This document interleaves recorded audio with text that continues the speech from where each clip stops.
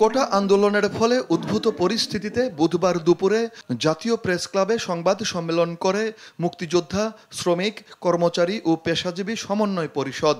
এতে বক্তব্য রাখেন বীর মুক্তিযোদ্ধারা। তারা ন্যাক্কারজনক ভাষায় একটি অবস্থান সৃষ্টি করেছে যেখানে আমরা আর চুপ করে থাকতে পারি না। গত কয়েকদিনে আন্দোলনের সহিংস পরিস্থিতি তুলে ধরে তারা বলেন, এই আন্দোলন এখন আর সাধারণ শিক্ষার্থীদের হাতে নেই। যেদিন ফখরুল সাহেব বললেন যে আমরা যা করতে পারি নাই ছাত্ররা তা করে দেখাচ্ছে, ইন্ধন দিলেন, তারপর কালকের চিত্র দেখেন কি অবস্থা। তারা চেয়েছিল লাশ, কিন্তু এখন আর ওই সুতা নাটাই ওই কোটা বিরোধী বা সংস্কার আন্দোলন যারা করে তাদের হাতে নাই। জীবন বাজি রেখে এই দেশকে স্বাধীন করে দিয়েছি আমরা। আমাদের জীবদ্দশায় এত বড় দৃষ্টতাপূর্ণ কথা বলবে এই দেশ নাকি রাজাকারদের, সেটা মান্য নেওয়া যায় না।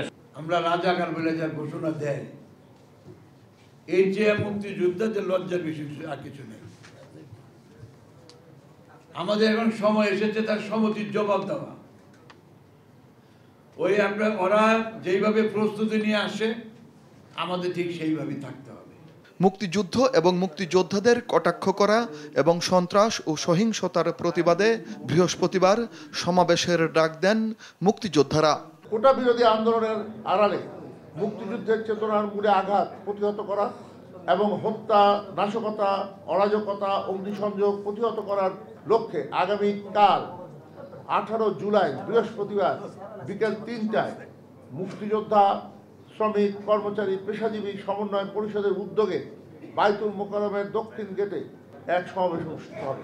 কোনো মহল বিশেষের ষড়যন্ত্র যেন সফল না হয় সেজন্য আদালতের প্রতি আস্থা রেখে শিক্ষার্থীদের ঘরে ফেরার আহ্বান জানান বীর মুক্তিযোদ্ধারা। উল্লেখ্য যে 2018 সালে জয় যাদব, দেশ টিভি, ঢাকা।